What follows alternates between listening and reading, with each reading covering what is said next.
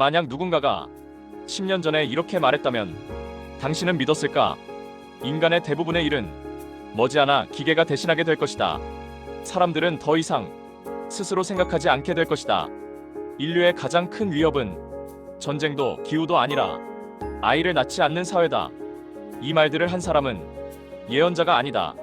철학자도 아니다. 종교인도 아니다. 그는 지금 이 순간에도 미래를 상상하는 사람이 아니라 미래를 실험하는 사람이다. 일론 머스크. 사람들은 말한다. 그는 과장된 인물이라고, 위험한 발언을 일삼는다고. 하지만 이상하지 않은가? 그의 말은 늘 논란이 되지만 시간이 지나면 논란이 아니라 일상이 된다. 오늘 우리는 그가 마친 이야기부터 시작할 것이다. 왜냐하면 이미 맞은 사람이 있다면 아직 오지 않은 말도 가볍게 넘길 수 없기 때문이다. 이 영상은 미래 기술 영상이 아니다. 이 영상은 인간이 무엇이었는지를 묻는 이야기다. 일론 머스크가 말한 것들이 이미 현실이 된 미래 5가지. 1. AI는 인간의 생산성을 대체한다. 일론 머스크는 오래전부터 말했다. AI는 인간보다 대부분의 지적 노동을 더 잘하게 될 것이다. 처음 이 말이 나왔을 때 사람들은 웃었다. 기계가 어떻게 창의성을 이기겠어? 감정과 맥락은 인간만의 영역이야. 하지만 2026년 현재 우리는 매일 AI와 함께 일하고 있다. 글을 쓰고 디자인을 만들고 번역을 하고 상담을 하고 코드를 짠다. 중요한 건 AI가 인간보다 뛰어나냐의 문제가 아니다. 더 중요한 건 AI 없이 일하는 것이 이미 비효율로 인식되기 시작했다는 사실이다. 과거에는 능력 있는 사람이 기준이었다면 지금은 AI를 잘 쓰는 사람이 기준이 되고 있다. 머스크의 예언은 일자리가 사라진다는 말이 아니었다. 그가 말한 미래는 쓸모의 기준이 바뀐다는 경고였다. 2. 자율주행은 기술이 아니라 책임의 문제다. 사람들은 자율주행이 왜 아직 완성되지 않았는지 묻는다. 기술이 부족해서일까? 아니다. 머스크는 이미 말했다. 문제는 기술이 아니라 규제와 책임이다. 2026년 현재 자율주행 기술은 상당 수준에 도달해 있다. 하지만 사고가 났을 때 누가 책임질 것인가? 제조사인가? 운전자인가? AI인가? 우리는 아직 결정을 기계에게 맡길 용기가 없다. 이건 기술의 문제가 아니라 인간의 문제다. 3. SNS는 사고를 조작하는 구조가 된다. 머스크는 SNS를 집단적 사고를 왜곡하는 시스템이라 말했다. 지금 우리는 정보를 고른다고 생각하지만 실제로는 선택당하고 있다. 분노, 공포, 갈등. 알고리즘은 가장 강한 감정을 가진 콘텐츠를 우선적으로 보여준다. 이것은 우연이 아니다. 수익 구조다. 머스크의 말은 도덕적 비판이 아니라 구조에 대한 설명이었다. 4. 인구 감소는 인류 최대의 위기다. 사람들은 기후 위기를 말한다. 전쟁을 말한다. AI를 말한다. 하지만 머스크는 전혀 다른 이야기를 했다. 가장 큰 위협은 인구 감소다. 2026년 이 말은 더 이상 과장이 아니다. 특히 한국은 이 미래를 가장 먼저 살아가고 있다. 사람이 줄어드는 사회는 조용히 붕괴한다. 5. 전기차는 차가 아니다. 자동차는 바퀴 달린 컴퓨터다. 이 말은 환경 이야기가 아니었다. 전기차의 핵심은 배터리가 아니라 데이터다. 소유에서 구독으로, 기계에서 플랫폼으로 우리는 이동수단을 산 게 아니라 시스템에 접속하고 있다. 마이너스 사람들이 아직 체감하지 못한 변화. 이미 맞았다는 사실보다 더 무서운 건 이것이다. 사람들이 여전히 이 변화를 남의 일처럼 느낀다는 점. AI는 아직 장난 같고 자율주행은 먼 미래 같고 인구 문제는 뉴스 속 이야기 같다. 하지만 변화는 늘 이렇게 시작된다. 조용히 일상 속에서. 머스크 예언한 이제 현실이 될 가장 충격적인 미래 5가지. 일론 머스크가 말한 미래 중 가장 공감되고 가장 충격적으로 다가오는 5가지. 1. 일은 사라지지 않는다. 하지만 인간의 필요성은 사라진다. 머스크의 핵심 발언. AI는 결국 대부분의 인간 노동보다 더 효율적이 될 것이다. 문제는 실업이 아니라 인간이 필요 없어지는 사회다. 이 말이 충격적인 이유는 일자리가 없어진다는 흔한 공포보다 훨씬 더 깊은 질문을 던지기 때문이다. 왜 이게 현실적인가?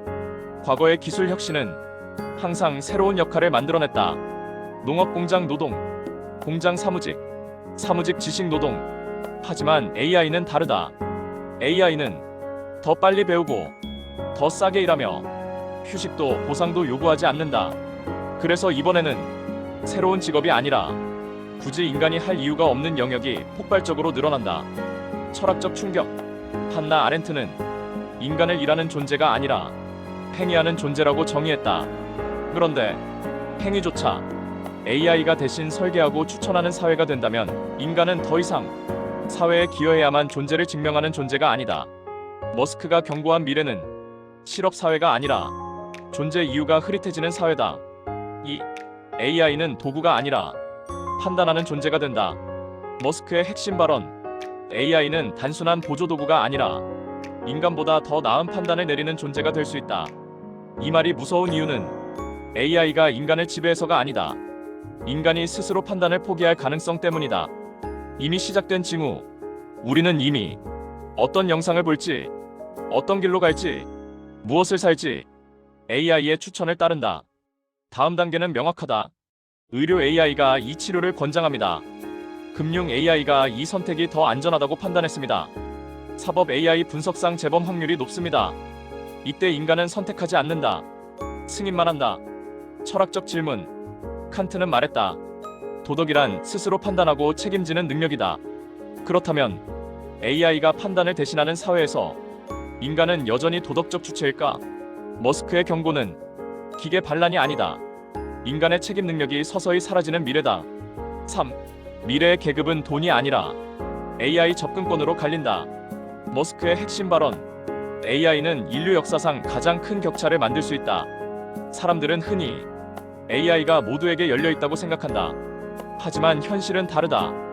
왜 격차는 더 커지는가? 기본 AI 무료 또는 저가, 고급 AI 고가, 폐쇄형, 기업 엘리트 전용. 미래에는 같은 인간이라도 어떤 AI를 쓰느냐에 따라 사고 수준이 갈린다. 어떤 사람은 하루에 100명의 조언자를 가진 것처럼 일하고 어떤 사람은 여전히 혼자 고민한다. 철학적 연결. 플라톤의 철인 정치는 지식을 가진 자의 통치였다.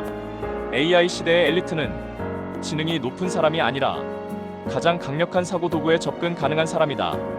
머스크가 본 미래는 민주주의의 붕괴 가능성이다. 4. 현실보다 가상이 더 합리적인 선택이 된다. 머스크의 핵심 발언. 사람들은 점점 더 현실보다 시뮬레이션을 선호하게 될 것이다. 이건 도피 이야기가 아니다. 합리성의 문제다. 왜 가상이 더 매력적인가? 현실은 불공정하고 느리고 예측 불가능하다. 가상세계는 규칙이 명확하고 즉각적인 보상이 있고 실패 비용이 낮다. 사람들은 현실을 버리는 게 아니라 현실보다 나은 환경을 선택한다. 철학적 충돌. 플라톤의 동굴의 비유는 가상을 벗어나야 진실을 본다고 말한다. 하지만 AI가 설계한 가상이 현실보다 더 일관되고 덜 고통스럽다면 무엇이 진짜 현실인가? 머스크가 던진 질문은 존재론적이다. 5. 인류의 가장 큰 위협은 멸망이 아니라 의미 상실이다. 머스크의 핵심 발언. 인구 감소는 문명의 붕괴 신호다. 이 말이 충격적인 이유는 출산율이 아니라 인간의 태도 때문이다. 역사적 패턴. 문명이 무너질 때 공통된 특징이 있다. 아이를 낳지 않는다. 미래를 믿지 않는다. 현재의 안락을 선택한다. 한국, 일본, 유럽은 이미 2단계에 있다. 철학적 결론. 빅터 프랭클은 말했다. 인간은 의미를 잃을 때 가장 먼저 무너진다. 머스크가 본 미래는 종말이 아니다. 아무도 미래를 위해 희생하지 않는 사회다. 그 사회는 천천히 조용히 사라진다. 일론 머스크의 말이 무서운 이유는 그가 미래를 예언해서가 아니다. 우리가 이미 그 방향으로 걷고 있기 때문이다. 일론 머스크는 미래를 예언한 사람이 아니다. 그는 이미 보이는 방향을 남들보다 먼저 말했을 뿐이다. 당신은 어떤 미래를 살고 싶은가?